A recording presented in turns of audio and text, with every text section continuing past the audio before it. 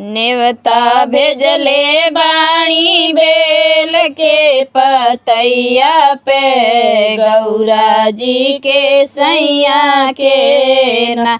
नेवता भेजले बाणी बेल के पतैया पे गौरा जी के सैया के ना।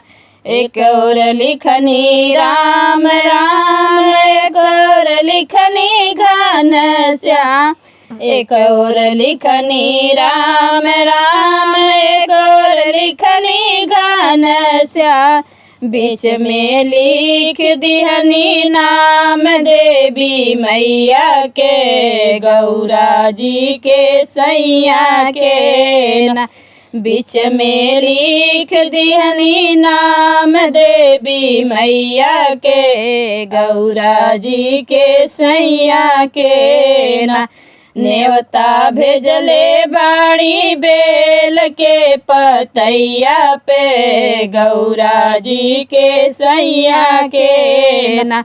काऊ खियैबे श्री राम, काऊ खियैबे घन श्याम। काऊ खियैबे श्री राम, काऊ खियैबे घन श्याम।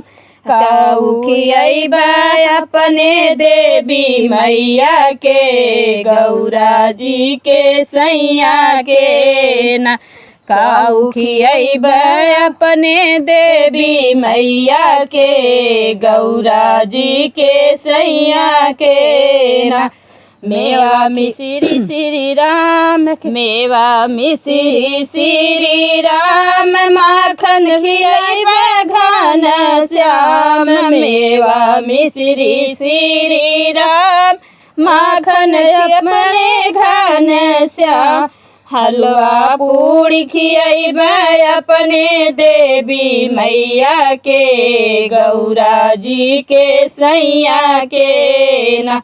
हलवा पूड़ी खियैबे अपने देवी मैया के गौरा जी के सैया के ना।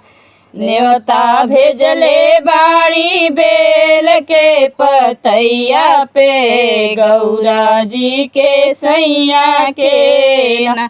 नेवता भेजले बाणी बेल के पतैया पे गौरा जी के सैया के ना।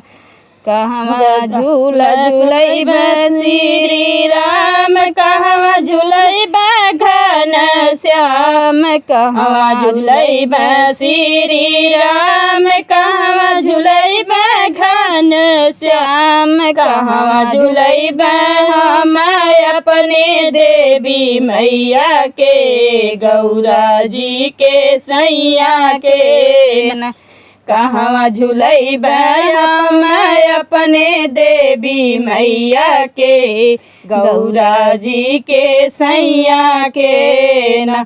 नेवता भेजले बाणी बेल के पतैया पे गौरा जी के सैया के ना। आम के डढ़िया श्री राम, कदम के डढ़िया घन श्याम।